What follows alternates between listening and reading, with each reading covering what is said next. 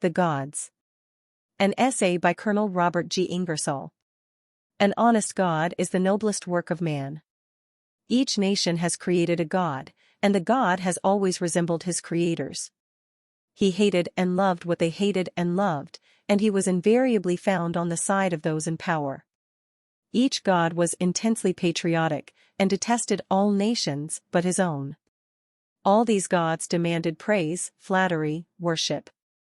Most of them were pleased with sacrifice, and the smell of innocent blood has ever been considered a divine perfume.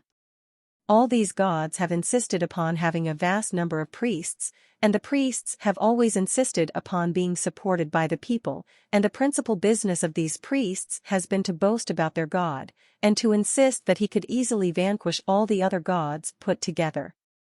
These gods have been manufactured after numberless models, and according to the most grotesque fashions. Some have 1,000 arms, some 100 heads, some are adorned with necklaces of living snakes, some are armed with clubs, some with sword and shield, some with bucklers, and some have wings as a cherub, some were invisible, some would show themselves entire, and some would only show their backs, some were jealous, some were foolish, some turned themselves into men, some into swans, some into bulls, some into doves, and some into holy ghosts, and made love to the beautiful daughters of men. Some were married, all ought to have been, and some were considered as old bachelors from all eternity. Some had children, and the children were turned into gods and worshipped as their fathers had been. Most of these gods were revengeful, savage, lustful, and ignorant. As they generally depended upon their priests for information, their ignorance can hardly excite our astonishment. These gods did not even know the shape of the worlds they had created, but supposed them perfectly flat. Some thought the day could be lengthened by stopping the sun, that the blowing of horns could throw down the walls of a city, and all knew so little of the real nature of the people they had created that they commanded the people to love them. Some were so ignorant as to suppose that man could believe just as he might desire, or as they might command, and that to be governed by observation, reason, and experience was a most foul and damning sin. None of these gods could give a true account of the creation of this little earth. All were woefully deficient in geology and astronomy. As a rule, they were most miserable legislators, and as executives, they were far inferior to the average of American presidents.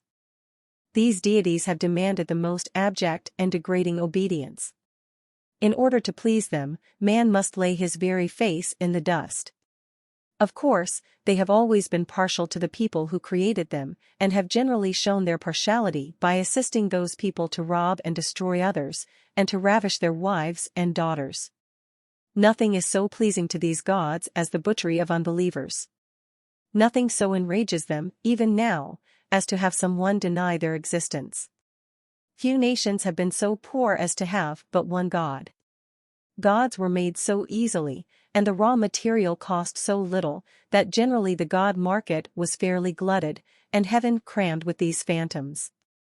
These gods not only attended to the skies, but were supposed to interfere in all the affairs of men.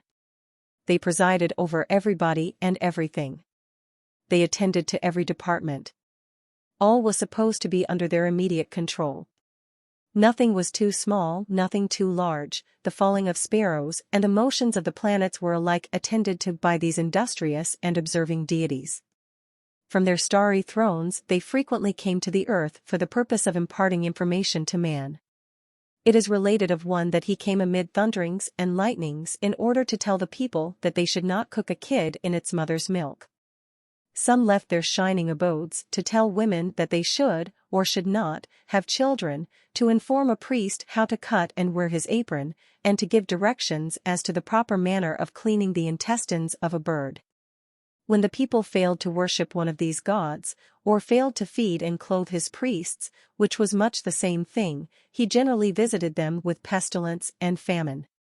Sometimes he allowed some other nation to drag them into slavery to sell their wives and children, but generally he glutted his vengeance by murdering their firstborn. The priests always did their whole duty, not only in predicting these calamities, but in proving, when they did happen, that they were brought upon the people because they had not given quite enough to them.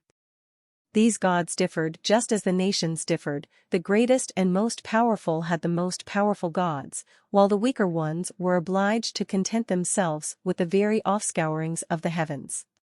Each of these gods promised happiness here and hereafter to all his slaves, and threatened to eternally punish all who either disbelieved in his existence or suspected that some other god might be his superior, but to deny the existence of all gods was, and is, the crime of crimes. Redden your hands with human blood, blast by slander the fair fame of the innocent, strangle the smiling child upon its mother's knees, deceive, ruin and desert the beautiful girl who loves and trusts you, and your case is not hopeless. For all this, and for all these you may be forgiven. For all this, and for all these, that bankrupt court established by the gospel will give you a discharge, but deny the existence of these divine ghosts, of these gods, and the sweet and tearful face of mercy becomes livid with eternal hate. Heaven's golden gates are shut, and you, with an infinite curse ringing in your ears, with the brand of infamy upon your brow, commence your endless wanderings in the lurid gloom of hell, an immortal vagrant and eternal outcast, a deathless convict. One of these gods, and one who demands our love, our admiration and our worship, and one who is worshipped, if mere heartless ceremony is worship, gave to his chosen people for their guidance the following laws of war. When thou comest nigh unto a city to fight against it, then proclaim peace unto it. And it shall be, if it make thee answer, of peace, and open unto thee, then it shall be that all the people that is found therein shall be tributaries unto thee, and they shall serve thee. And if it will make no peace with thee, but will make war against thee, then thou shalt besiege it. And when the Lord thy God hath delivered it into thy hands, thou shalt smite every male thereof with the edge of the sword. But the women and the little ones, and the cattle, and all that is in the city, even all the spoil thereof, shalt thou take unto thyself, and thou shalt eat the spoil of thine enemies which the Lord thy God hath given thee. Thus shalt thou do unto all the cities which are very far off from thee, which are not of the cities of these nations, but of the cities of these people which the Lord thy God doth give thee for an inheritance. Thou shalt save alive nothing that breatheth. Is it possible for man to conceive of anything more perfectly infamous? Can you believe that such directions were given by any being except an infinite fiend? Remember that the army receiving these instructions was one of invasion. Peace was offered upon condition that the people submitting should be the slaves of the invader, but if any should have the courage to defend their homes, to fight for the love of wife and child, then the sword was to spare none, not even the prattling, dimpled babe. And we are called upon to worship such a God, to get upon our knees and tell him that he is good, that he is merciful, that he is just, that he is love. We are asked to stifle every noble sentiment of the soul, and to trample underfoot all the sweet charities of the heart. Because we refuse to stultify ourselves, refuse to become liars, we are denounced, hated, traduced and ostracized here, and this same God threatens to torment us in eternal fire the moment death allows him to fiercely clutch our naked helpless souls. Let the people hate, let the God threaten, we will educate them, and we will despise and defy him. The book, called the Bible, is filled with passages equally horrible, unjust and atrocious. This is the book to be read in schools in order to make our children loving, kind and gentle. This is the book to be recognized in our Constitution as the source of all authority and justice. Strange that no one has ever been persecuted by the Church for believing God bad, while hundreds of millions have been destroyed for thinking him good. The Orthodox Church never will forgive the Universalist for saying God is love.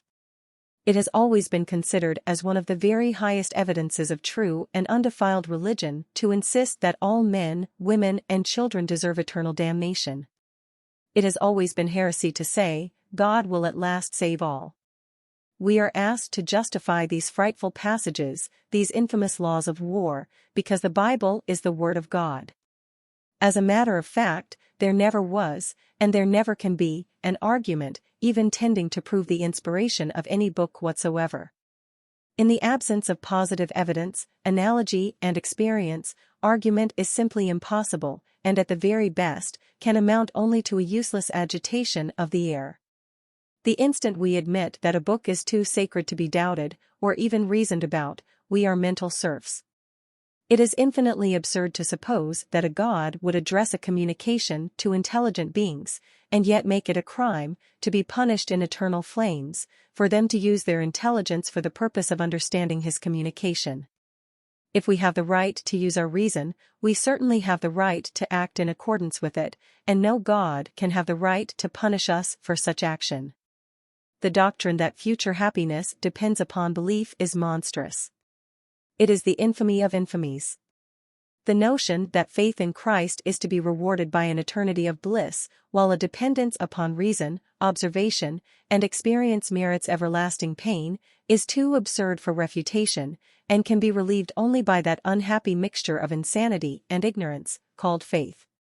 What man, who ever thinks, can believe that blood can appease God? And yet, our entire system of religion is based upon that belief. The Jews pacified Jehovah with the blood of animals, and according to the Christian system, the blood of Jesus softened the heart of God a little, and rendered possible the salvation of a fortunate few. It is hard to conceive how the human mind can give assent to such terrible ideas, or how any sane man can read the Bible and still believe in the doctrine of inspiration. Whether the Bible is true or false is of no consequence in comparison with the mental freedom of the race. Salvation through slavery is worthless. Salvation from slavery is inestimable. As long as man believes the Bible to be infallible, that book is his master. The civilization of this century is not the child of faith, but of unbelief, the result of free thought. All that is necessary, as it seems to me, to convince any reasonable person that the Bible is simply and purely of human invention, of barbarian invention, is to read it. Read it as you would any other book, think of it as you would of any other, get the bandage of reverence from your eyes, drive from your heart the phantom of fear, push from the throne of your brain the cowled form of superstition, then read the Holy Bible, and you will be amazed that you ever, for one moment, supposed a being of infinite wisdom, goodness and purity, to be the author of such ignorance and of such atrocity. Our ancestors not only had their god factories, but they made devils as well. These devils were generally disgraced and fallen gods. Some had headed unsuccessful revolts, some had been caught sweetly reclining in the shadowy folds of some fleecy cloud, kissing the wife of the god of gods. These devils generally sympathized with man. There is in regard to them a most wonderful fact: in nearly all the theologies, mythologies and religions, the devils have been much more humane and merciful than the gods. No devil ever gave one of his generals an order to kill children and to rip open the bodies of pregnant women. Such barbarities were always ordered by the good gods. The pestilences were sent by the most merciful gods. The frightful famine, during which the dying child with pallid lips sucked the withered bosom of a dead mother, was sent by the loving gods. No devil was ever charged with such fiendish brutality. One of these gods, according to the account, drowned an entire world, with the exception of 8 persons. The old, the young, the beautiful and the helpless were remorselessly devoured by the shoreless sea. This, the most fearful tragedy that the imagination of ignorant priests ever conceived, was the act, not of a devil, but of a god, so-called, whom men ignorantly worship unto this day. What a stain such an act would leave upon the character of a devil! One of the prophets of one of these gods, having in his power a captured king, hewed him in pieces in the sight of all the people. Was ever any imp of any devil guilty of such savagery? One of these gods is reported to have given the following directions concerning human slavery. If thou buy a Hebrew servant, 6 years shall he serve, and in the 7th he shall go out free for nothing. If he came in by himself, he shall go out by himself. If he were married, then his wife shall go out with him. If his master have given him a wife, and she have borne him sons or daughters, the wife and her children shall be her master's, and he shall go out by himself. And if the servant shall plainly say, I love my master, my wife and my children, I will not go out free. Then his master shall bring him unto the judges, he shall also bring him unto the door, or unto the doorpost, and his master shall bore his ear through with an awl, and he shall serve him forever. According to this, a man was given liberty upon condition that he would desert forever his wife and children. Did any devil ever force upon a husband, upon a father, so cruel and so heartless an alternative? Who can worship such a god? Who can bend the knee to such a monster? Who can pray to such a fiend? All these gods threaten to torment forever the souls of their enemies. Did any devil ever make so infamous a threat? The basest thing recorded of the devil is what he did concerning Job and his family, and that was done by the express permission of one of these gods, and to decide a little difference of opinion between their serene highnesses as to the character of my servant Job. The first account we have of the devil is found in that purely scientific book called Genesis, and is as follows. Now the serpent was more subtle than any beast of the field which the Lord God had made, and he said unto the woman, Yea, hath God said, Ye shall not eat of the fruit of the trees of the garden? And the woman said unto the serpent, We may eat of the fruit of the trees of the garden, but of the fruit of the tree which is in the midst of the garden God hath said, Ye shall not eat of it, neither shall ye touch it, lest ye die. And the serpent said unto the woman, Ye shall not surely die. For God doth know that in the day ye eat thereof, then your eyes shall be opened and ye shall be as gods, knowing good and evil. And when the woman saw that the tree was good for food, and that it was pleasant to the eyes, and a tree to be desired to make one wise, she took of the fruit thereof and did eat, and gave also unto her husband with her, and he did eat. And the Lord God said, Behold, the man is become as one of us, to know good and evil, and now, lest he put forth his hand, and take also of the tree of life and eat, and live forever. Therefore the Lord God sent him forth from the Garden of Eden to till the ground from which he was taken. So he drove out the man, and he placed at the east of the Garden of Eden cherubim and a flaming sword, which turned every way to keep the way of the tree of life. According to this account, the promise of the devil was fulfilled to the very letter. Adam and Eve did not die, and they did become as gods, knowing good and evil. The account shows, however, that the gods dreaded education and knowledge then just as they do now. The Church still faithfully guards the dangerous tree of knowledge, and has exerted in all ages her utmost power to keep mankind from eating the fruit thereof. The priests have never ceased repeating the old falsehood and the old threat, Ye shall not eat of it, neither shall ye touch it, lest ye die. From every pulpit comes the same cry, born of the same fear, lest they eat and become as gods, knowing good and evil. For this reason, religion hates science, faith detests reason, theology is the sworn enemy of philosophy, and the Church with its flaming sword still guards the hated tree, and like its supposed founder, curses to the lowest depths the brave thinkers who eat and become as gods. If the account given in Genesis is really true, ought we not, after all, to thank the serpent? He was the first schoolmaster, the first advocate of learning, the first enemy of ignorance, the first to whisper in human ears the sacred word liberty, the creator of ambition, the author of modesty, of inquiry, of doubt, of investigation, of progress and of civilization. Give me the storm and tempest of thought and action, rather than the dead calm of ignorance and faith. Banish me from Eden when you will, but first let me eat of the fruit of the tree of knowledge. Some nations have borrowed their gods, of this number, we are compelled to say, is our own. The Jews having ceased to exist as a nation, and having no further use for a god, our ancestors appropriated him and adopted their devil at the same time. This borrowed god is still an object of some adoration, and this adopted devil still excites the apprehensions of our people. He is still supposed to be setting his traps and snares for the purpose of catching our unwary souls, and is still, with reasonable success, waging the old war against our God. To me, it seems easy to account for these ideas concerning gods and devils. They are a perfectly natural production. Man has created them all, and under the same circumstances would create them again. Man has not only created all these gods, but he has created them out of the materials by which he has been surrounded. Generally, he has modeled them after himself, and has given them hands, heads, feet, eyes, ears, and organs of speech. Each nation made its gods and devils speak its language not only, but put in their mouths the same mistakes in history, geography, astronomy, and in all matters of fact, generally made by the people. No god was ever in advance of the nation that created him. The Negroes represented their deities with black skins and curly hair. The Mongolian gave to his a yellow complexion and dark almond-shaped eyes. The Jews were not allowed to paint theirs, or we should have seen Jehovah with a full beard, an oval face, and an aquiline nose. Zeus was a perfect Greek, and Jove looked as though a member of the Roman Senate.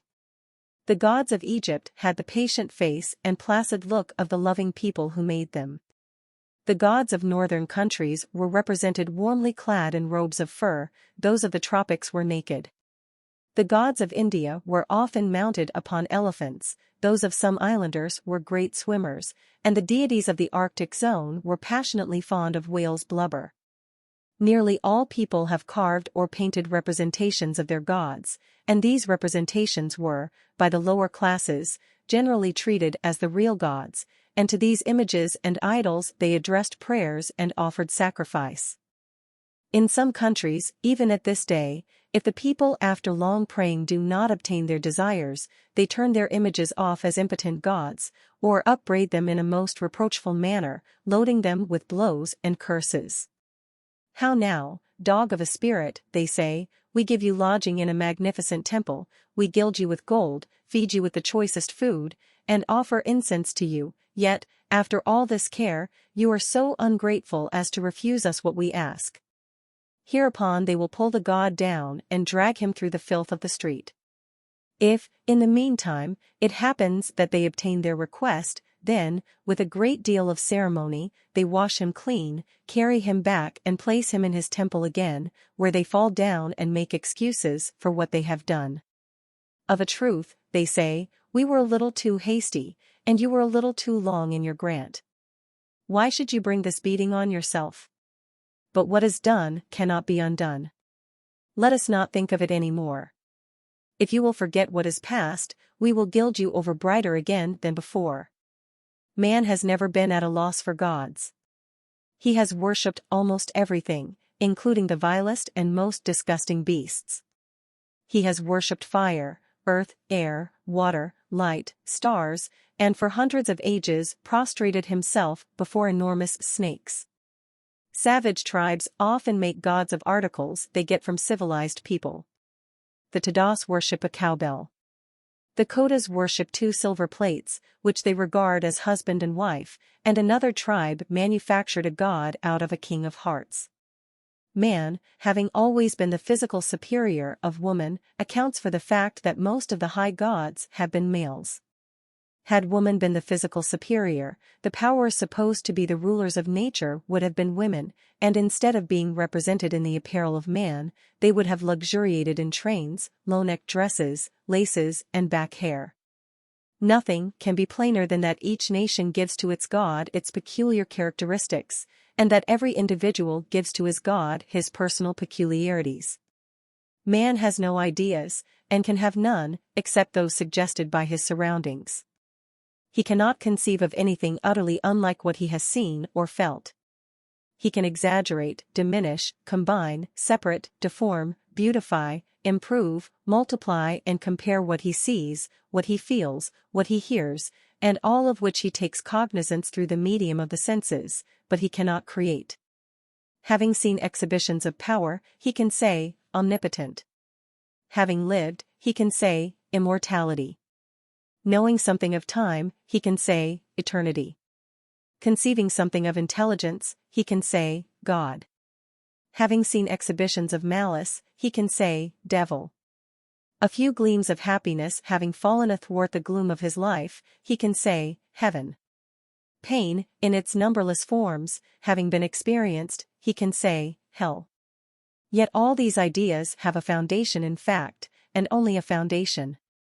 The superstructure has been reared by exaggerating, diminishing, combining, separating, deforming, beautifying, improving or multiplying realities, so that the edifice or fabric is but the incongruous grouping of what man has perceived through the medium of the senses.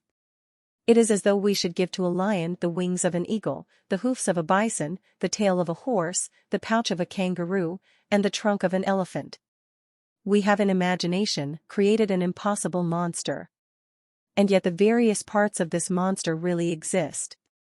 So it is with all the gods that man has made. Beyond nature man cannot go, even in thought; above nature he cannot rise; below nature he cannot fall. Man, in his ignorance, supposed that all phenomena were produced by some intelligent powers, and with direct reference to him. To preserve friendly relations with these powers was, and still is, the object of all religions. Man knelt through fear and to implore assistance, or through gratitude for some favor which he supposed had been rendered. He endeavored by supplication to appease some being who, for some reason, had, as he believed, become enraged. The lightning and thunder terrified him. In the presence of the volcano he sank upon his knees. The great forests filled with wild and ferocious beasts, the monstrous serpents crawling in mysterious depths, the boundless sea, the flaming comets, the sinister eclipses, the awful calmness of the stars, and, more than all, the perpetual presence of death, convinced him that he was the sport and prey of unseen and malignant powers. The strange and frightful diseases to which he was subject, the freezings and burnings of fever, the contortions of epilepsy, the sudden palsies, the darkness of night, and the wild, terrible and fantastic dreams that filled his brain, satisfied him that he was haunted and pursued by countless spirits of evil.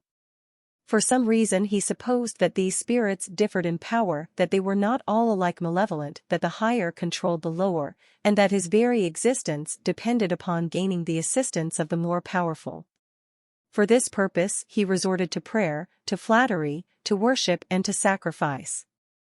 These ideas appear to have been almost universal in savage man. For ages all nations supposed that the sick and insane were possessed by evil spirits. For thousands of years, the practice of medicine consisted in frightening these spirits away. Usually the priests would make the loudest and most discordant noises possible. They would blow horns, beat upon rude drums, clash cymbals, and in the meantime utter the most unearthly yells. If the noise remedy failed, they would implore the aid of some more powerful spirit. To pacify these spirits was considered of infinite importance. The poor barbarian, knowing that men could be softened by gifts, gave to these spirits that which to him seemed of the most value. With bursting heart he would offer the blood of his dearest child. It was impossible for him to conceive of a god utterly unlike himself, and he naturally supposed that these powers of the air would be affected a little at the sight of so great and so deep a sorrow. It was with the barbarian then as with the civilized now, one class lived upon and made merchandise of the fears of another. Certain persons took it upon themselves to appease the gods, and to instruct the people in their duties to these unseen powers. This was the origin of the priesthood. The priest pretended to stand between the wrath of the gods and the helplessness of man. He was man's attorney at the court of heaven. He carried to the invisible world a flag of truce, a protest and a request. He came back with a command, with authority and with power. Man fell upon his knees before his own servant, and the priest, taking advantage of the awe inspired by his supposed influence with the gods, made of his fellow man a cringing hypocrite and slave. Even Christ, the supposed Son of God, taught that persons were possessed of evil spirits, and frequently, according to the account, gave proof of his divine origin and mission by frightening droves of devils out of his unfortunate countrymen. Casting out devils was his principal employment, and the devils thus banished generally took occasion to acknowledge him as the true Messiah, which was not only very kind of them, but quite fortunate for him. The religious people have always regarded the testimony of these devils as perfectly conclusive, and the writers of the New Testament quote the words of these imps of darkness with great satisfaction. The fact that Christ could withstand the temptations of the devil was considered as conclusive evidence that he was assisted by some god, or at least by some being superior to man. St. Matthew gives an account of an attempt made by the devil to tempt the supposed Son of God, and it has always excited the wonder of Christians that the temptation was so nobly and heroically withstood. The account to which I refer is as follows. Then was Jesus led up of the Spirit into the wilderness to be tempted of the devil. And when the tempter came to him, he said, If thou be the Son of God, command that these stones be made bread. But he answered, and said, It is written, Man shall not live by bread alone, but by every word that proceedeth out of the mouth of God. Then the devil taketh him up into the holy city and setteth him upon a pinnacle of the temple and saith unto him, If thou be the Son of God, cast thyself down, for it is written, He shall give his angels charge concerning thee, lest at any time thou shalt dash thy foot against a stone. Jesus said unto him, It is written again, Thou shalt not tempt the Lord thy God.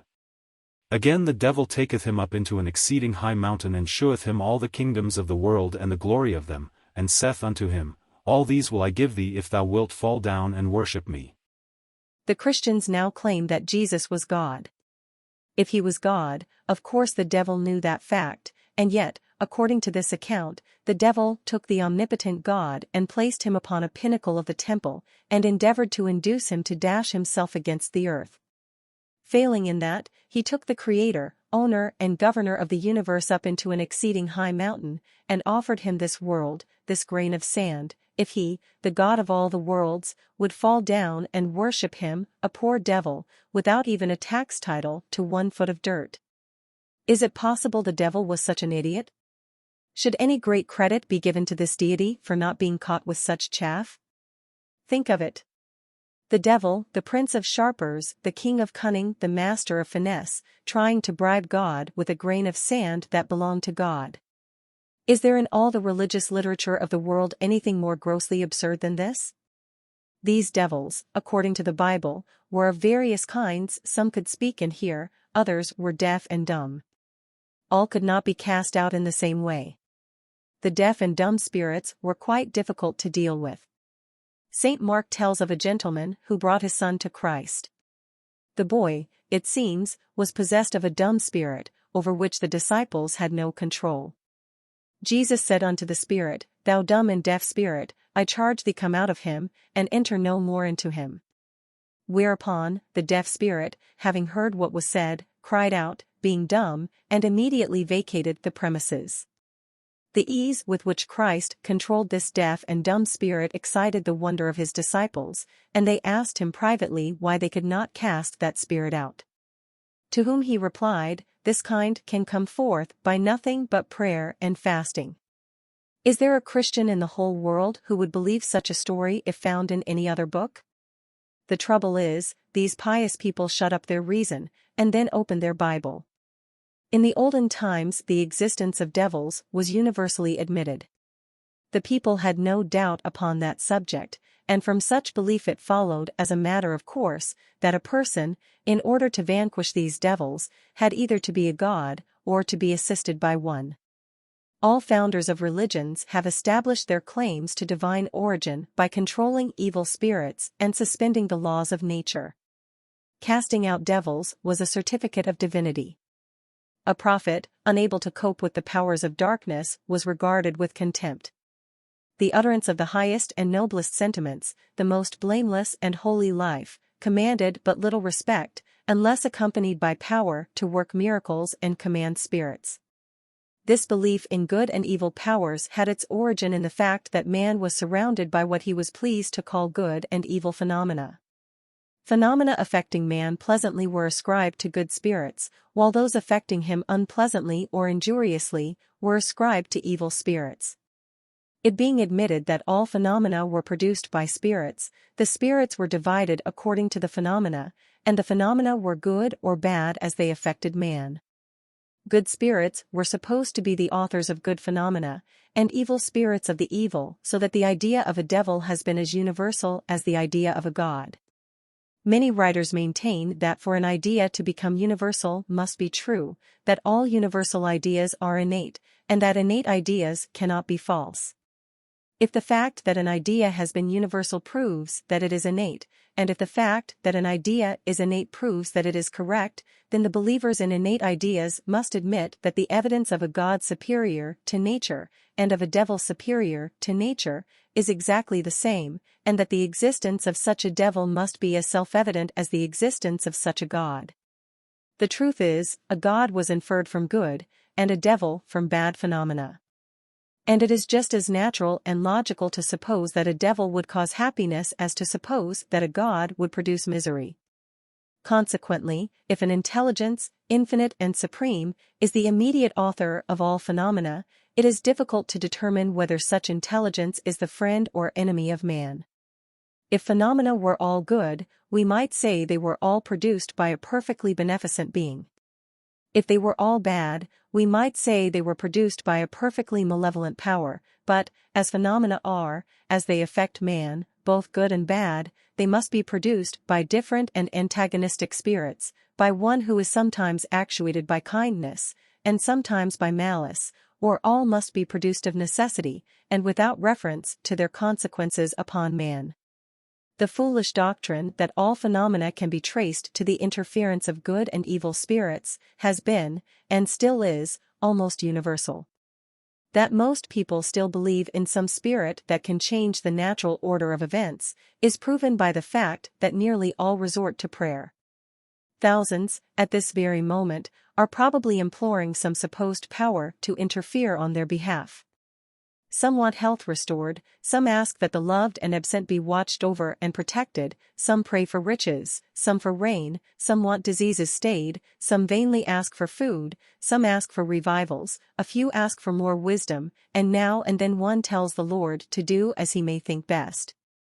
Thousands ask to be protected from the devil, some, like David, pray for revenge, and some implore, even God, not to lead them into temptation. All these prayers rest upon, and are produced by, the idea that some power not only can, but probably will, change the order of the universe. This belief has been among the great majority of tribes and nations. All sacred books are filled with the accounts of such interferences, and our own Bible is no exception to this rule. If we believe in a power superior to nature, it is perfectly natural to suppose that such power can and will interfere in the affairs of this world. If there is no interference, of what practical use can such power be? The scriptures give us the most wonderful accounts of divine interference. Animals talk like men, springs gurgle from dry bones, the sun and moon stop in the heavens in order that General Joshua may have more time to murder, the shadow on a dial goes back 10 degrees to convince a petty king of a barbarous people that he is not going to die of a boil, fire refuses to burn, water positively declines to seek its level, but stands up like a wall, grains of sand become lice, common walking sticks, to gratify a mere freak, twist themselves into serpents, and then swallow each other by way of exercise, murmuring streams, laughing at the attraction of gravitation, run uphill for years, following wandering tribes from a pure love of frolic, prophecy becomes altogether easier than history, the sons of God become enamored of the world's girls, women are changed into salt for the purpose of keeping a great event fresh in the minds of men, an excellent article of brimstone is imported from heaven free of duty, clothes refuse to wear out for 40 years,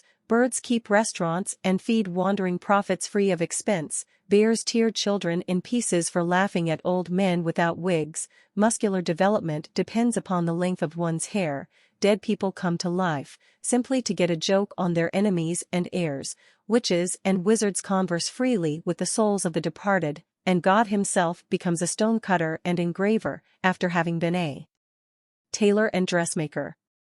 The veil between heaven and earth was always rent or lifted. The shadows of this world, the radiance of heaven, and the glare of hell mixed and mingled until man became uncertain as to which country he really inhabited.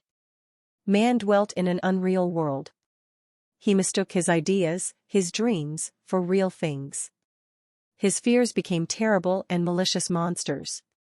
He lived in the midst of furies and fairies, nymphs and naiads, goblins and ghosts, witches and wizards, sprites and spooks, deities and devils. The obscure and gloomy depths were filled with claw and wing, with beak and hoof, with leering looks and sneering mouths, with the malice of deformity, with the cunning of hatred, and with all the slimy forms that fear can draw and paint upon the shadowy canvas of the dark. It is enough to make one almost insane with pity to think what man in the long night has suffered, of the tortures he has endured, surrounded, as he supposed, by malignant powers and clutched by the fierce phantoms of the air. No wonder that he fell upon his trembling knees, that he built altars and reddened them even with his own blood. No wonder that he implored ignorant priests and impudent magicians for aid. No wonder that he crawled groveling in the dust to the temple's door, and there, in the insanity of despair, besought the deaf gods to hear his bitter cry of agony and fear. The savage, as he emerges from a state of barbarism, gradually loses faith in his idols of wood and stone, and in their place puts a multitude of spirits. As he advances in knowledge, he generally discards the petty spirits, and in their stead believes in one, whom he supposes to be infinite and supreme. Supposing this great spirit to be superior to nature, he offers worship or flattery in exchange for assistance. At last, finding that he obtains no aid from this supposed deity, finding that every search after the absolute must of necessity end in failure, finding that man cannot by any possibility conceive of the conditionless, he begins to investigate the facts by which he is surrounded, and to depend upon himself. The people are beginning to think, to reason and to investigate. Slowly, painfully, but surely, the gods are being driven from the earth. Only upon rare occasions are they, even by the most religious, supposed to interfere in the affairs of men.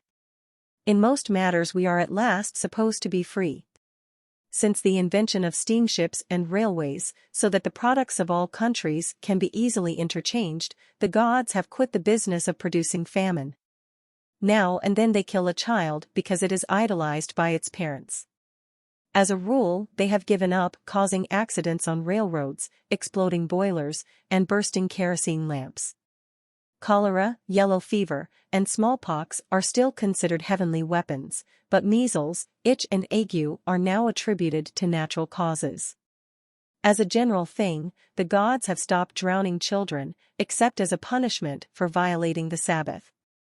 They still pay some attention to the affairs of kings, men of genius and persons of great wealth, but ordinary people are left to shirk for themselves as best they may. In wars between great nations, the gods still interfere, but in prize fights, the best man with an honest referee is almost sure to win. The Church cannot abandon the idea of special providence. To give up that doctrine is to give up all. The Church must insist that prayer is answered, that some power superior to nature hears and grants the request of the sincere and humble Christian, and that this same power in some mysterious way provides for all. A devout clergyman sought every opportunity to impress upon the mind of his son the fact that God takes care of all his creatures, that the falling sparrow attracts his attention, and that his loving kindness is over all his works. Happening one day to see a crane waiting in quest of food, the good man pointed out to his son the perfect adaptation of the crane to get his living in that manner. "See," said he, "how his legs are formed for waiting. What a long slender bill he has. Observe how nicely he folds his feet when putting them in or drawing them out of the water. He does not cause the slightest ripple. He is thus enabled to approach the fish without giving them any notice of his arrival. My son," said he, "it is impossible to look at that bird without recognizing the design, as well as the goodness of God, in thus providing the means of subsistence." "Yes," replied the boy, "I think I see the goodness of God, at least so far as the crane is concerned, but after all, father, don't you think the arrangement is a little tough on the fish?" Even the advanced religionist, although disbelieving in any great amount of interference by the gods in this age of the world, still thinks that in the beginning, some god made the laws governing the universe. He believes that in consequence of these laws a man can lift a greater weight with than without a lever, that this God so made matter, and so established the order of things, that two bodies cannot occupy the same space at the same time, so that a body once put in motion will keep moving until it is stopped, so that it is a greater distance around than across a circle, so that a perfect square has 4 equal sides, instead of 5 or 7. He insists that it took a direct interposition of Providence to make the whole greater than a part, and that had it not been for this power superior to nature, twice one might have been more than twice two, and sticks and strings might have had only one end apiece. Like the old Scotch divine, he thanks God that Sunday comes at the end instead of in the middle of the week, and that death comes at the close instead of at the commencement of life, thereby giving us time to prepare for that holy day and that most solemn event.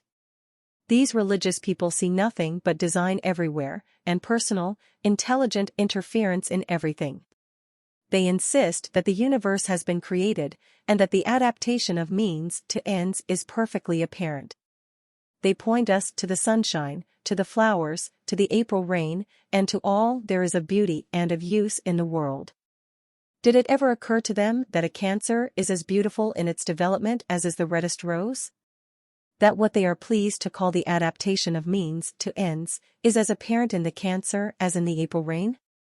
How beautiful the process of digestion!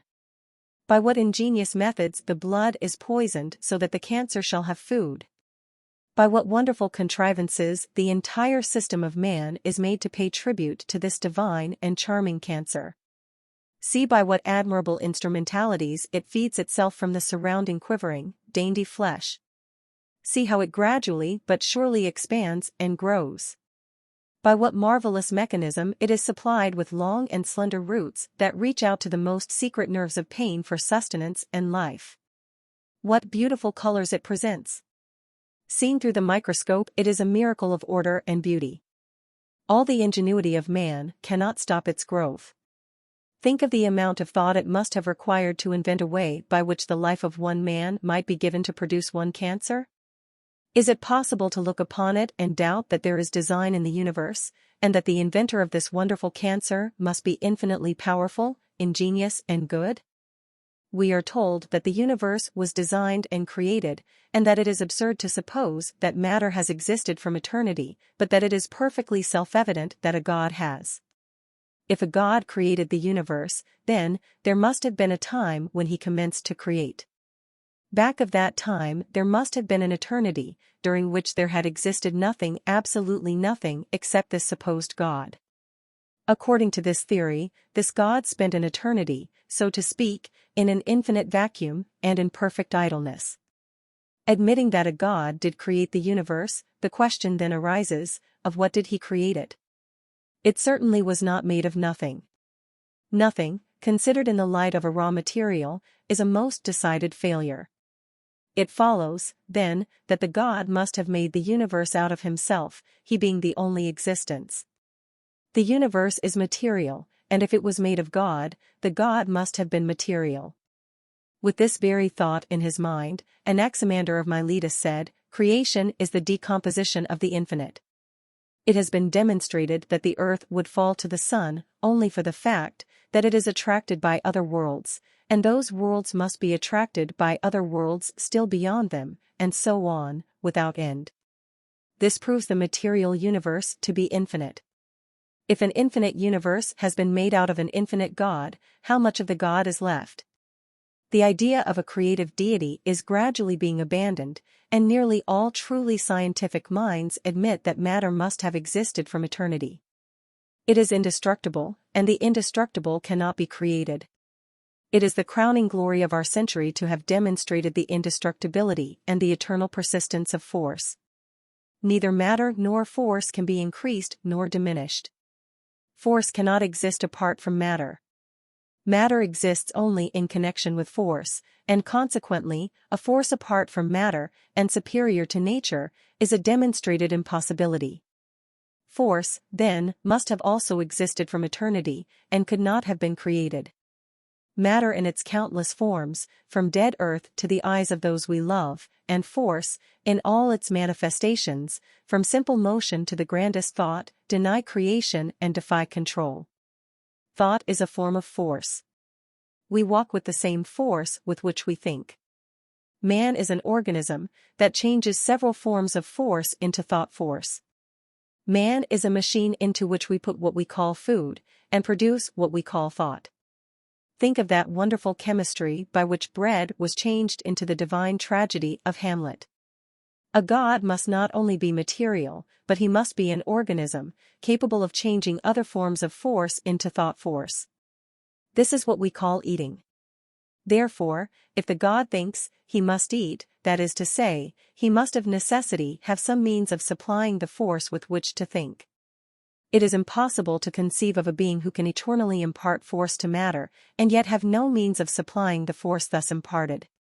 If neither matter nor force were created, what evidence have we, then, of the existence of a power superior to nature? The theologian will probably reply, we have law and order, cause and effect, and beside all this, matter could not have put itself in motion. Suppose, for the sake of the argument, that there is no being superior to nature, and that matter and force have existed from eternity. Now suppose that two atoms should come together, would there be an effect? Yes. Suppose they came in exactly opposite directions with equal force, they would be stopped, to say the least. This would be an effect. If this is so, then you have matter, force and effect without a being superior to nature. Now suppose that two other atoms, just like the first two, should come together under precisely the same circumstances, would not the effect be exactly the same? Yes. Like causes, producing like effects, is what we mean by law and order. Then we have matter, force, effect, law and order without a being superior to nature. Now, we know that every effect must also be a cause, and that every cause must be an effect. The atoms coming together did produce an effect, and as every effect must also be a cause, the effect produced by the collision of the atoms must as to something else have been a cause.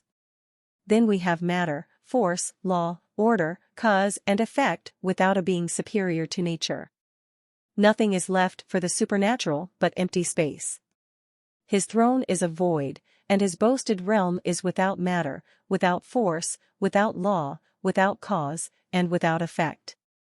But what put all this matter in motion? If matter and force have existed from eternity, then matter must have always been in motion. There can be no force without motion. Force is forever active, and there can be no cessation. If, therefore, matter and force have existed from eternity, so has motion. In the whole universe there is not even one atom in a state of rest. A deity outside of nature exists in nothing, and is nothing. Nature embraces with infinite arms all matter and all force. That which is beyond her grasp is destitute of both, and can hardly be worth the worship and adoration even of a man. There is but one way to demonstrate the existence of a power independent of and superior to nature, and that is by breaking, if only for one moment, the continuity of cause and effect. Pluck from the endless chain of existence one little link, stop for one instant the grand procession, and you have shown beyond all contradiction that nature has a master. Change the fact, just for 1 second, that matter attracts matter, and a god appears. The rudest savage has always known this fact, and for that reason always demanded the evidence of miracle. The founder of a religion must be able to turn water into wine, cure with a word the blind and lame, and raise with a simple touch the dead to life. It was necessary for him to demonstrate to the satisfaction of his barbarian disciple that he was superior to nature. In times of ignorance this was easy to do. The credulity of the savage was almost boundless. To him the marvelous was the beautiful, the mysterious was the sublime. Consequently, every religion has for its foundation a miracle, that is to say, a violation of nature, that is to say, a falsehood. No one, in the world's whole history, ever attempted to substantiate a truth by a miracle. Truth scorns the assistance of miracles. Nothing but falsehood ever attested itself by signs and wonders. No miracle ever was performed, and no sane man ever thought he had performed one, and until one is performed, there can be no evidence of the existence of any power superior to, and independent of nature. The Church wishes us to believe. Let the Church, or one of its intellectual saints, perform a miracle, and we will believe. We are told that nature has a superior, let this superior, for one single instant, control nature, and we will admit the truth of your assertions. We have heard talk enough. We have listened to all the drowsy, idealist, vapid sermons that we wish to hear. We have read your Bible and the works of your best minds. We have heard your prayers, your solemn groans, and your reverential amens. All these amount to less than nothing. We want one fact. We beg at the doors of your churches for just one little fact. We pass our hats along your pews and under your pulpits and implore you for just one fact. We know all about your moldy wonders and your stale miracles. We wanted this year's fact, we ask only one. Give us one fact for charity. Your miracles are too ancient, the witnesses have been dead for nearly 2,000 years. Their reputation for truth and veracity in the neighborhood where they resided is wholly unknown to us. Give us a new miracle, and substantiate it by witnesses who still have the cheerful habit of living in this world. Do not send us to Jericho to hear the winding horns, nor put us in the fire with Shadrach, Meshach, and Abednego. Do not compel us to navigate the sea with Captain Jonah, nor dine with Mr. Ezekiel. There is no sort of use in sending us fox hunting with Samson. We have positively lost all interest in that little speech so eloquently delivered by Balaam's inspired donkey. It is worse than useless to show us fishes with money in their mouths, and call our attention to vast multitudes stuffing themselves with 5 crackers and 2 sardines. We demand a new miracle, and we demand it now. Let the church furnish at least one, or forever after hold her peace. In the olden time, the church, by violating the order of nature, proved the existence of her God.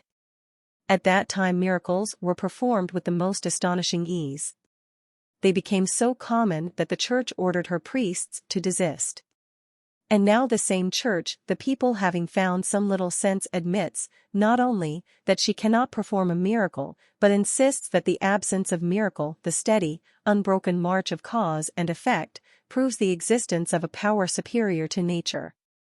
The fact is, however, that the indissoluble chain of cause and effect proves exactly the contrary. Sir William Hamilton, one of the pillars of modern theology, in discussing this very subject, uses the following language: the phenomena of matter taken by themselves, so far from warranting any inference to the existence of a God, would on the contrary ground even an argument to his negation. The phenomena of the material world are subjected to immutable laws, are produced and reproduced in the same invariable succession, and manifest only the blind force of a mechanical necessity. Nature is but an endless series of efficient causes. She cannot create, but she eternally transforms. There was no beginning, and there can be no end. The best minds, even in the religious world, admit that in material nature there is no evidence of what they are pleased to call a God. They find their evidence in the phenomena of intelligence, and very innocently assert that intelligence is above, and in fact, opposed to nature. They insist that man, at least, is a special creation, that he has somewhere in his brain a divine spark, a little portion of the great first cause. They say that matter cannot produce thought, but that thought can produce matter. They tell us that man has intelligence, and therefore there must be an intelligence greater than his. Why not say, God has intelligence, therefore there must be an intelligence greater than his? So far as we know, there is no intelligence apart from matter. We cannot conceive of thought, except as produced within a brain. The science, by means of which they demonstrate the existence of an impossible intelligence, and an incomprehensible power, is called metaphysics or theology. The theologians admit that the phenomena of matter tend, at least, to disprove the existence of any power superior to nature, because in such phenomena we see nothing but an endless chain of efficient causes, nothing but the force of a mechanical necessity. They therefore appeal to what they denominate the phenomena of mind to establish this superior power. The trouble is, that in the phenomena of mind we find the same endless chain of efficient causes, the same mechanical necessity. Every thought must have had an efficient cause. Every motive, every desire, every fear, hope and dream must have been necessarily produced. There is no room in the mind of man for providence or chance. The facts and forces governing thought are as absolute as those governing the motions of the planets. A poem is produced by the forces of nature, and is as necessarily and naturally produced as mountains and seas. You will seek in vain for a thought in man's brain without its efficient cause. Every mental operation is the necessary result of certain facts and conditions. Mental phenomena are considered more complicated than those of matter, and consequently more mysterious. Being more mysterious, they are considered better evidence of the existence of a God. No one infers a God from the simple, from the known, from what is understood, but from the complex, from the unknown and incomprehensible. Our ignorance is God, what we know is science. When we abandon the doctrine that some infinite being created matter and force, and enacted a code of laws for their government, the idea of interference will be lost. The real priest will then be, not the mouthpiece of some pretended deity, but the interpreter of nature. From that moment the church ceases to exist. The tapers will die out upon the dusty altar, the moths will eat the fading velvet of pulpit and pew, the Bible will take its place with the Shastras, Puranas, Vedas, Eddas, Sagas and Qurans, and the fetters of a degrading faith will fall from the minds of men. But, says the religionist, you cannot explain everything, you cannot understand everything, and that which you cannot explain, that which you do not comprehend, is my God. We are explaining more every day. We are understanding more every day, consequently your God is growing smaller every day. Nothing daunted, the religionist then insists that nothing can exist without a cause, except cause, and that this uncaused cause is God. To this we again reply, every cause must produce an effect, because until it does produce an effect, it is not a cause. Every effect must in its turn become a cause. Therefore, in the nature of things, there cannot be a last cause, for the reason that a so-called last cause would necessarily produce an effect, and that effect must of necessity become a cause. The converse of these propositions must be true. Every effect must have had a cause, and every cause must have been an effect. Therefore, there could have been no first cause. A first cause is just as impossible as a last effect. Beyond the universe there is nothing, and within the universe the supernatural does not and cannot exist. The moment these great truths are understood and admitted, a belief in general or special providence becomes impossible. From that instant men will cease their vain efforts to please an imaginary being, and will give their time and attention to the affairs of this world. They will abandon the idea of attaining any object by prayer and supplication. The element of uncertainty will, in a great measure, be removed from the domain of the future, and man, gathering courage from a succession of victories over the obstructions of nature, will attain a serene grandeur unknown to the disciples of any superstition. The plans of mankind will no longer be interfered with by the finger of a supposed omnipotence, and no one will believe that nations or individuals are protected or destroyed by any deity whatsoever. Science, freed from the chains of pious custom and evangelical prejudice, will, within her sphere, be supreme. The mind will investigate without reverence, and publish its conclusions without fear. Agassiz will no longer hesitate to declare the Mosaic cosmogony utterly inconsistent with the demonstrated truths of geology, and will cease pretending any reverence for the Jewish scriptures. The moment science succeeds in rendering the church powerless for evil, the real thinkers will be outspoken. The little flags of truce carried by timid philosophers will disappear, and the cowardly parley will give place to victory lasting and universal. If we admit that some infinite being has controlled the destinies of persons and peoples, history becomes a most cruel and bloody farce. Age after age, the strong have trampled upon the weak, the crafty and heartless have ensnared and enslaved the simple and innocent, and nowhere, in all the annals of mankind, has any God succored the oppressed. Man should cease to expect aid from on high. By this time he should know that heaven has no ear to hear, and no hand to help. The present is the necessary child of all the past. There has been no chance, and there can be no interference. If abuses are destroyed, man must destroy them. If slaves are freed, man must free them. If new truths are discovered, man must discover them. If the naked are clothed, if the hungry are fed, if justice is done, if labor is rewarded, if superstition is driven from the mind, if the defenseless are protected, and if the right finally triumphs, all must be the work of man. The grand victories of the future must be won by man, and by man alone.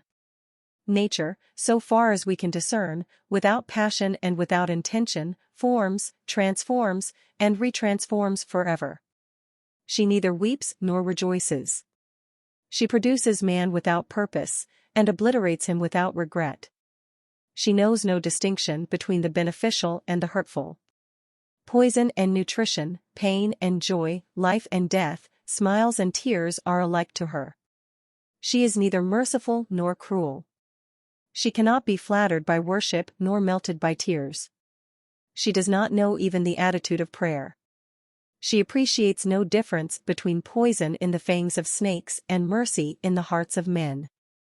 Only through man does nature take cognizance of the good, the true, and the beautiful, and, so far as we know, man is the highest intelligence.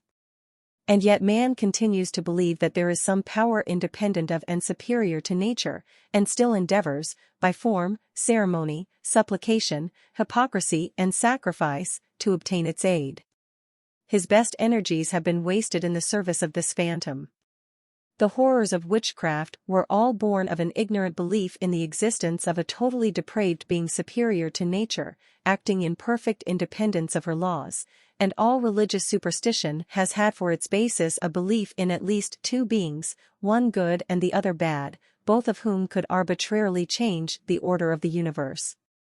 The history of religion is simply the story of man's efforts in all ages to avoid one of these powers, and to pacify the other. Both powers have inspired little else than abject fear. The cold, calculating sneer of the devil and the frown of God were equally terrible. In any event, man's fate was to be arbitrarily fixed forever by an unknown power superior to all law, and to all fact. Until this belief is thrown aside, man must consider himself the slave of phantom masters, neither of whom promise liberty in this world nor in the next. Man must learn to rely upon himself. Reading Bibles will not protect him from the blasts of winter, but houses, fires, and clothing will. To prevent famine, one plow is worth 1,000,000 sermons, and even patent medicines will cure more diseases than all the prayers uttered since the beginning of the world. Although many eminent men have endeavored to harmonize necessity and free will, the existence of evil, and the infinite power and goodness of God, they have succeeded only in producing learned and ingenious failures. Immense efforts have been made to reconcile ideas utterly inconsistent with the facts by which we are surrounded, and all persons who have failed to perceive the pretended reconciliation have been denounced as infidels, atheists, and scoffers. The whole power of the Church has been brought to bear against philosophers and scientists in order to compel a denial of the authority of demonstration, and to induce some Judas to betray reason, one of the saviors of mankind. During that frightful period known as the Dark Ages, faith reigned, with scarcely a rebellious subject. Her temples were carpeted with knees, and the wealth of nations adorned her countless shrines. The great painters prostituted their genius to immortalize her vagaries, while the poets enshrined them in song. At her bidding, man covered the earth with blood. The scales of justice were turned with her gold, and for her use were invented all the cunning instruments of pain. She built cathedrals for God, and dungeons for men. She peopled the clouds with angels and the earth with slaves. For centuries the world was retracing its steps, going steadily back towards barbaric night. A few infidels, a few heretics cried, "Halt!" to the great rabble of ignorant devotion, and made it possible for the genius of the 19th century to revolutionize the cruel creeds and superstitions of mankind. The thoughts of man, in order to be of any real worth, must be free. Under the influence of fear the brain is paralyzed, and instead of bravely solving a problem for itself, tremblingly adopts the solution of another. As long as a majority of men will cringe to the very earth before some petty prince or king, what must be the infinite abjectness of their little souls in the presence of their supposed Creator and God? Under such circumstances, what can their thoughts be worth? The originality of repetition, and the mental vigor of acquiescence, are all that we have any right to expect from the Christian world. As long as every question is answered by the word God, scientific inquiry is simply impossible. As fast as phenomena are satisfactorily explained, the domain of the power, supposed to be superior to nature, must decrease, while the horizon of the known must as constantly continue to enlarge. It is no longer satisfactory to account for the fall and rise of nations by saying, it is the will of God. Such an explanation puts ignorance and education upon an exact equality, and does away with the idea of really accounting for anything whatsoever. Will the religionist pretend that the real end of science is to ascertain how and why God acts?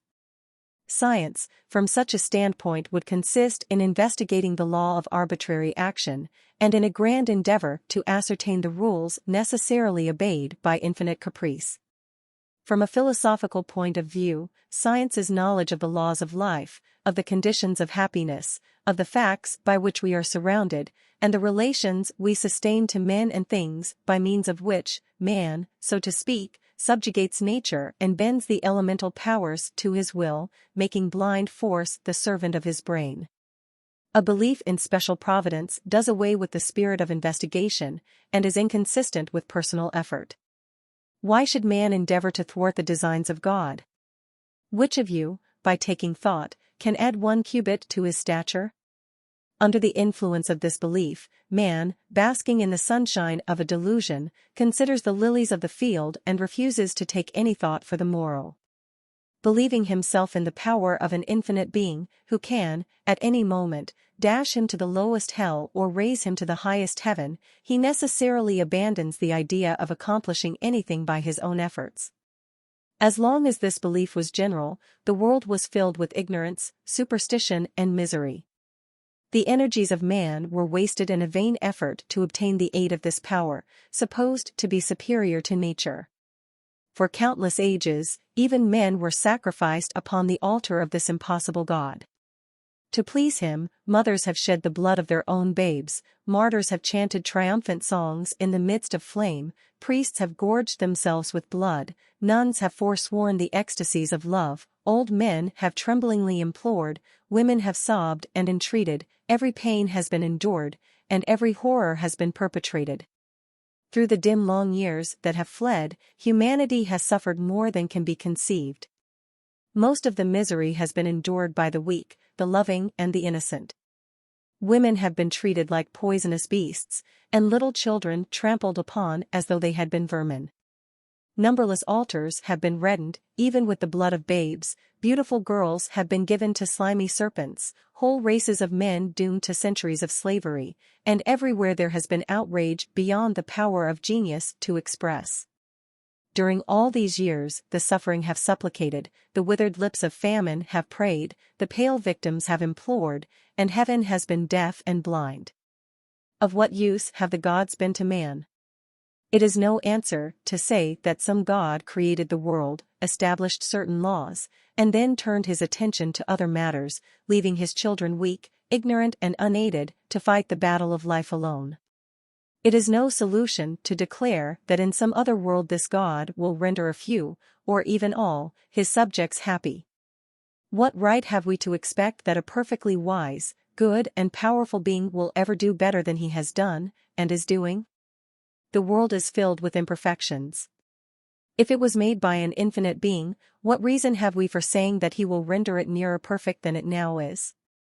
If the infinite Father allows a majority of his children to live in ignorance and wretchedness now, what evidence is there that he will ever improve their condition? Will God have more power? Will he become more merciful? Will his love for his poor creatures increase? Can the conduct of infinite wisdom, power, and love ever change? Is the infinite capable of any improvement whatsoever? We are informed by the clergy that this world is a kind of school, that the evils by which we are surrounded are for the purpose of developing our souls, and that only by suffering can men become pure, strong, virtuous, and grand. Supposing this to be true, what is to become of those who die in infancy? The little children, according to this philosophy, can never be developed. They were so unfortunate as to escape the ennobling influences of pain and misery, and as a consequence, are doomed to an eternity of mental inferiority. If the clergy are right on this question, none are so unfortunate as the happy, and we should envy only the suffering and distressed. If evil is necessary to the development of man, in this life, how is it possible for the soul to improve in the perfect joy of paradise? Since Paley found his watch, the argument of design has been relied upon as unanswerable. The Church teaches that this world, and all that it contains, were created substantially as we now see them, that the grasses, the flowers, the trees, and all animals, including man, were special creations, and that they sustain no necessary relation to each other. The most orthodox will admit that some earth has been washed into the sea, that the sea has encroached a little upon the land, and that some mountains may be a trifle lower than in the morning of creation. The theory of gradual development was unknown to our fathers, the idea of evolution did not occur to them. Our fathers looked upon the then arrangement of things as the primal arrangement. The earth appeared to them fresh from the hands of a deity. They knew nothing of the slow evolutions of countless years, but supposed that the almost infinite variety of vegetable and animal forms had existed from the first. Suppose that upon some island we should find a man 1,000,000 years of age, and suppose that we should find him in the possession of a most beautiful carriage, constructed upon the most perfect model. And suppose, further, that he should tell us that it was the result of several 100,000 years of labor and of thought, that for 50,000 years he used as flat a log as he could find, before it occurred to him that by splitting the log, he could have the same surface with only half the weight, that it took him many thousand years to invent wheels for this log, that the wheels he first used were solid, and that 50,000 years of thought suggested the use of spokes and tire. That for many centuries he used the wheels without linchpins, that it took 100,000 years more to think of using 4 wheels, instead of 2, that for ages he walked behind the carriage, when going downhill, in order to hold it back, and that only by a lucky chance he invented the tongue. Would we conclude that this man, from the very first, had been an infinitely ingenious and perfect mechanic? Suppose we found him living in an elegant mansion, and he should inform us that he lived in that house for 500,000 years before he thought of putting on a roof, and that he had but recently invented windows and doors. Would we say that from the beginning he had been an infinitely accomplished and scientific architect? Does not an improvement in the things created show a corresponding improvement in the Creator? Would an infinitely wise, good, and powerful God, intending to produce man, commence with the lowest possible forms of life, with the simplest organism that can be imagined, and during immeasurable periods of time, slowly and almost imperceptibly improve upon the rude beginning, until man was evolved? Would countless ages thus be wasted in the production of awkward forms, afterwards abandoned? Can the intelligence of man discover the least wisdom in covering the earth with crawling, creeping horrors that live only upon the agonies and pangs of others? Can we see the propriety of so constructing the earth that only an insignificant portion of its surface is capable of producing an intelligent man? Who can appreciate the mercy of so making the world that all animals devour animals, so that every mouth is a slaughterhouse, and every stomach a tomb? Is it possible to discover infinite intelligence and love in universal and eternal carnage? What would we think of a father, who should give a farm to his children, and before giving them possession should plant upon it thousands of deadly shrubs and vines, should stock it with ferocious beasts and poisonous reptiles, should take pains to put a few swamps in the neighborhood to breed malaria, should so arrange matters that the ground would occasionally open and swallow a few of his darlings, and besides all this, should establish a few volcanoes in the immediate vicinity that might at any moment overwhelm his children with rivers of fire?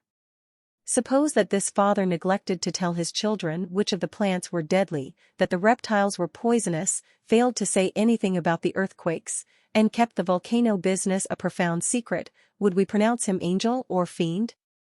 And yet this is exactly what the orthodox God has done. According to the theologians, God prepared this globe expressly for the habitation of his loved children, and yet he filled the forests with ferocious beasts, placed serpents in every path, stuffed the world with earthquakes, and adorned its surface with mountains of flame. Notwithstanding all this, we are told that the world is perfect, that it was created by a perfect being, and is therefore necessarily perfect. The next moment, these same persons will tell us that the world was cursed, covered with brambles, thistles, and thorns, and that man was doomed to disease and death, simply because our poor, dear mother ate an apple contrary to the command of an arbitrary God.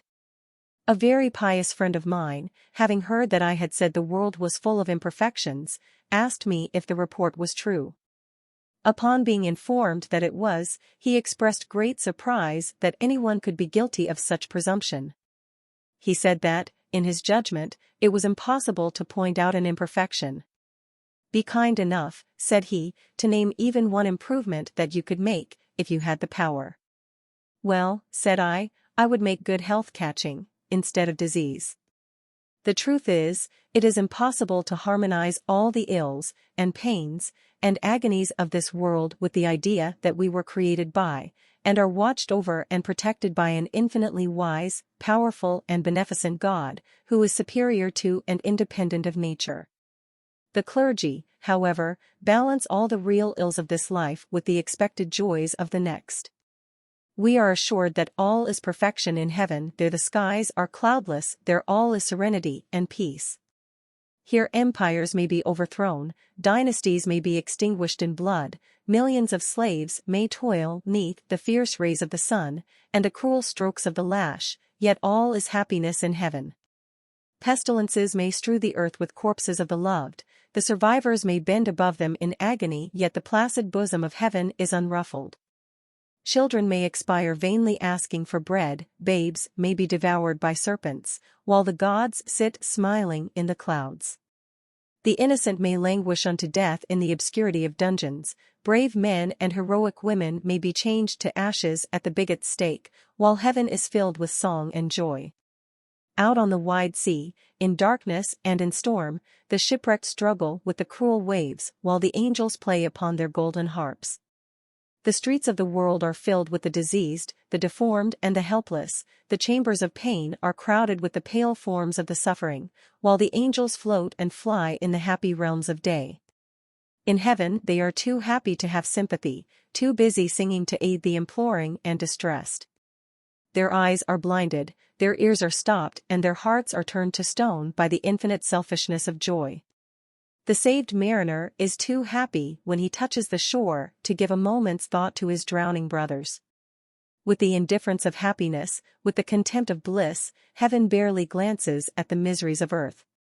Cities are devoured by the rushing lava, the earth opens and thousands perish, women raise their clasped hands towards heaven, but the gods are too happy to aid their children.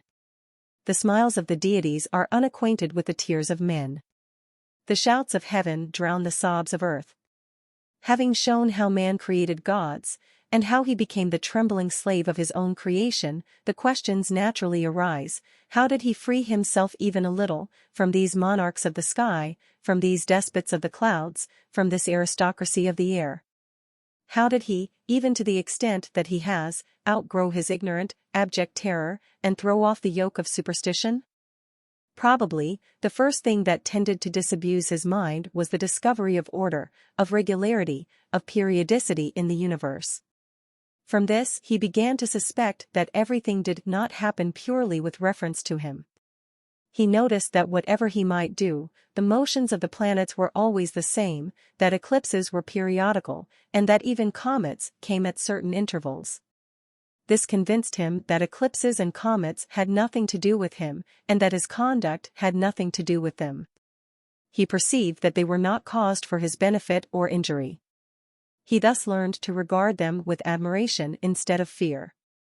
He began to suspect that famine was not sent by some enraged and revengeful deity, but resulted often from the neglect and ignorance of man. He learned that diseases were not produced by evil spirits. He found that sickness was occasioned by natural causes, and could be cured by natural means. He demonstrated, to his own satisfaction at least, that prayer is not a medicine. He found by sad experience that his gods were of no practical use, as they never assisted him, except when he was perfectly able to help himself. At last, he began to discover that his individual action had nothing whatsoever to do with strange appearances in the heavens, that it was impossible for him to be bad enough to cause a whirlwind, or good enough to stop one. After many centuries of thought, he about half concluded that making mouths at a priest would not necessarily cause an earthquake. He noticed, and no doubt with considerable astonishment, that very good men were occasionally struck by lightning, while very bad ones escaped. He was frequently forced to the painful conclusion, and it is the most painful to which any human being ever was forced, that the right did not always prevail. He noticed that the gods did not interfere on behalf of the weak and innocent. He was now and then astonished by seeing an unbeliever in the enjoyment of most excellent health. He finally ascertained that there could be no possible connection between an unusually severe winter and his failure to give a sheep to a priest. He began to suspect that the order of the universe was not constantly being changed to assist him because he repeated a creed. He observed that some children would steal after having been regularly baptized. He noticed a vast difference between religion and justice, and that the worshippers of the same God took delight in cutting each other's throats. He saw that these religious disputes filled the world with hatred and slavery. At last he had the courage to suspect that no God at any time interferes with the order of events. He learned a few facts, and these facts positively refused to harmonize with the ignorant superstitions of his fathers. Finding his sacred books incorrect and false in some particulars, his faith in their authenticity began to be shaken. Finding his priests ignorant upon some points, he began to lose respect for the cloth. This was the commencement of intellectual freedom. The civilization of man has increased just to the same extent that religious power has decreased. The intellectual advancement of man depends upon how often he can exchange an old superstition for a new truth. The Church never enabled a human being to make even one of these exchanges. On the contrary, all her power has been used to prevent them. In spite, however, of the Church, man found that some of his religious conceptions were wrong. By reading his Bible, he found that the ideas of his God were more cruel and brutal than those of the most depraved savage. He also discovered that this holy book was filled with ignorance, and that it must have been written by persons wholly unacquainted with the nature of the phenomena by which we are surrounded, and now and then, some man had the goodness and courage to speak his honest thoughts. In every age some thinker, some doubter, some investigator, some hater of hypocrisy, some despiser of sham, some brave lover of the right, has gladly, proudly and heroically braved the ignorant fury of superstition for the sake of man and truth. These divine men were generally torn in pieces by the worshippers of the gods. Socrates was poisoned because he lacked reverence for some of the deities. Christ was crucified by a religious rabble for the crime of blasphemy. Nothing is more gratifying to a religionist than to destroy his enemies at the command of God. Religious persecution springs from a due admixture of love towards God and hatred towards man. The terrible religious wars that inundated the world with blood tended at least to bring all religion into disgrace and hatred. Thoughtful people began to question the divine origin of a religion that made its believers hold the rights of others in absolute contempt. A few began to compare Christianity with the religions of heathen people and were forced to admit that the difference was hardly worth dying for. They also found that other nations were even happier and more prosperous than their own. They began to suspect that their religion, after all, was not of much real value. For 300 years, the Christian world endeavored to rescue from the infidel the empty sepulchre of Christ. For 300 years, the armies of the cross were baffled and beaten by the victorious hosts of an impudent impostor.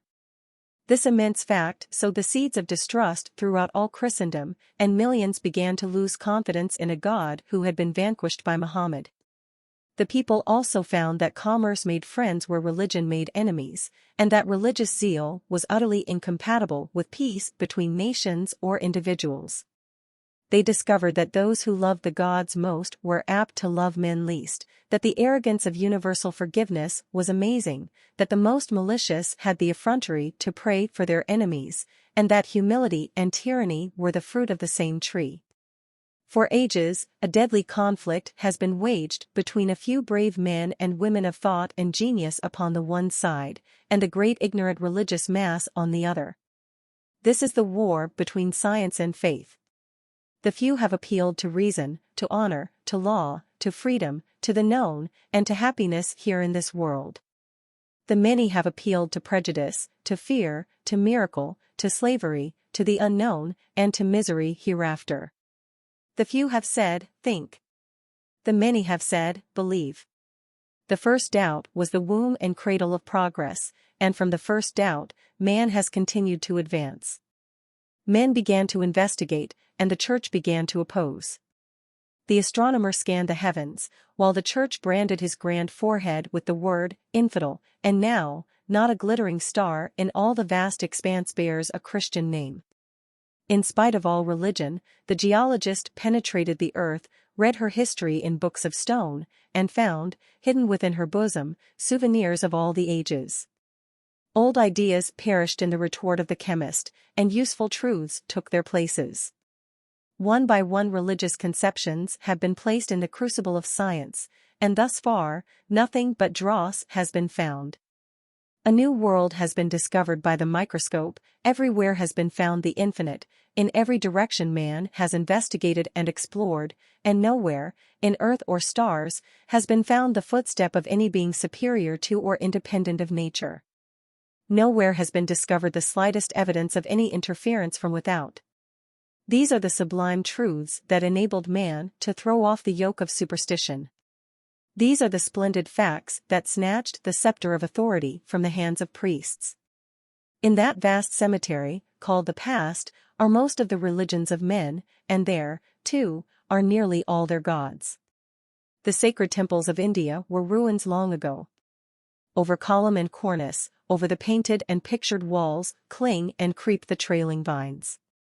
Brahma, the golden, with 4 heads and 4 arms, Vishnu, the somber, the punisher of the wicked, with his 3 eyes, his crescent, and his necklace of skulls, Shiva, the destroyer, red with seas of blood, Kali, the goddess, Draupadi, the white-armed, and Krishna, the Christ, all passed away and left the thrones of heaven desolate. Along the banks of the sacred Nile, Isis no longer wandering weeps, searching for the dead Osiris. The shadow of Typhon's scowl falls no more upon the waves. The sun rises as of yore, and his golden beams still smite the lips of Memnon, but Memnon is as voiceless as the Sphinx. The sacred fanes are lost in desert sands, the dusty mummies are still waiting for the resurrection promised by their priests, and the old beliefs, wrought in curiously sculptured stone, sleep in the mystery of a language lost and dead. Odin, the author of life and soul, Vili and Ve, and the mighty giant Ymir, strode long ago from the icy halls of the north, and Thor, with iron glove and glittering hammer, dashes mountains to the earth no more. Broken are the circles and cromlechs of the ancient Druids, fallen upon the summits of the hills, and covered with the centuries' moss, are the sacred cairns. The divine fires of Persia and of the Aztecs have died out in the ashes of the past, and there is none to rekindle, and none to feed the holy flames. The harp of Orpheus is still, the drained cup of Bacchus has been thrown aside, Venus lies dead in stone, and her white bosom heaves no more with love. The streams still murmur, but no naiads bathe, the trees still wave, but in the forest aisles no dryads dance. The gods have flown from high Olympus. Not even the beautiful women can lure them back, and Dance lies unnoticed, naked to the stars. Hushed forever are the thunders of Sinai, lost are the voices of the prophets, and the land once flowing with milk and honey, is but a desert waste. One by one, the myths have faded from the clouds, one by one, the phantom host has disappeared, and one by one, facts, truths, and realities have taken their places. The supernatural has almost gone, but the natural remains. The gods have fled, but man is here. Nations, like individuals, have their periods of youth, of manhood and decay. Religions are the same. The same inexorable destiny awaits them all. The gods created by the nations must perish with their creators. They were created by men, and like men, they must pass away. The deities of one age are the bywords of the next. The religion of our day, and country, is no more exempt from the sneer of the future than the others have been. When India was supreme, Brahma sat upon the world's throne. When the scepter passed to Egypt, Isis and Osiris received the homage of mankind. Greece, with her fierce valor, swept to empire, and Zeus put on the purple of authority. The earth trembled with the tread of Rome's intrepid sons, and Jove grasped with mailed hand the thunderbolts of heaven. Rome fell, and Christians from her territory, with the red sword of war, carved out the ruling nations of the world, and now Christ sits upon the old throne. Who will be his successor? Day by day, religious conceptions grow less and less intense. Day by day, the old spirit dies out of book and creed. The burning enthusiasm, the quenchless zeal of the early church have gone, never, never to return. The ceremonies remain, but the ancient faith is fading out of the human heart. The worn-out arguments fail to convince, and denunciations that once blanched the faces of a race, excite in us only derision and disgust. As time rolls on, the miracles grow mean and small, and the evidences our fathers thought conclusive utterly fail to satisfy us. There is an irrepressible conflict between religion and science, and they cannot peaceably occupy the same brain nor the same world. While utterly discarding all creeds, and denying the truth of all religions, there is neither in my heart nor upon my lips a sneer for the hopeful, loving and tender souls who believe that from all this discord will result a perfect harmony, that every evil will in some mysterious way become a good, and that above and over all there is a being who, in some way, will reclaim and glorify every one of the children of men. But for those who heartlessly try to prove that salvation is almost impossible, that damnation is almost certain, that the highway of the universe leads to hell, who fill life with fear and death with horror, who curse the cradle and mock the tomb, it is impossible to entertain other than feelings of pity, contempt and scorn. Reason, observation and experience, the holy trinity of science, have taught us that happiness is the only good, that the time to be happy is now, and the way to be happy is to make others so. This is enough for us. In this belief we are content to live and die. If by any possibility the existence of a power superior to, and independent of, nature shall be demonstrated, there will then be time enough to kneel. Until then, let us stand erect. Notwithstanding the fact that infidels in all ages have battled for the rights of man, and have at all times been the fearless advocates of liberty and justice, we are constantly charged by the Church with tearing down without building again. The Church should by this time know that it is utterly impossible to rob men of their opinions. The history of religious persecution fully establishes the fact that the mind necessarily resists and defies every attempt to control it by violence. The mind necessarily clings to old ideas until prepared for the new. The moment we comprehend the truth, all erroneous ideas are of necessity cast aside. A surgeon once called upon a poor cripple and kindly offered to render him any assistance in his power. The surgeon began to discourse very learnedly upon the nature and origin of disease, of the curative properties of certain medicines, of the advantages of exercise, air and light, and of the various ways in which health and strength could be restored. These remarks were so full of good sense, and discovered so much profound thought and accurate knowledge, that the cripple, becoming thoroughly alarmed, cried out, "Do not, I pray you, take away my crutches. They are my only support, and without them I should be miserable indeed." "I am not going," said the surgeon, "to take away your crutches. I am going to cure you, and then you will throw the crutches away yourself." For the vagaries of the clouds the infidels propose to substitute the realities of earth for superstition, the splendid demonstrations and achievements of science, and for theological tyranny, the chainless liberty of thought. We do not say that we have discovered all, that our doctrines are the all in all of truth. We know of no end to the development of man. We cannot unravel the infinite complications of matter and force.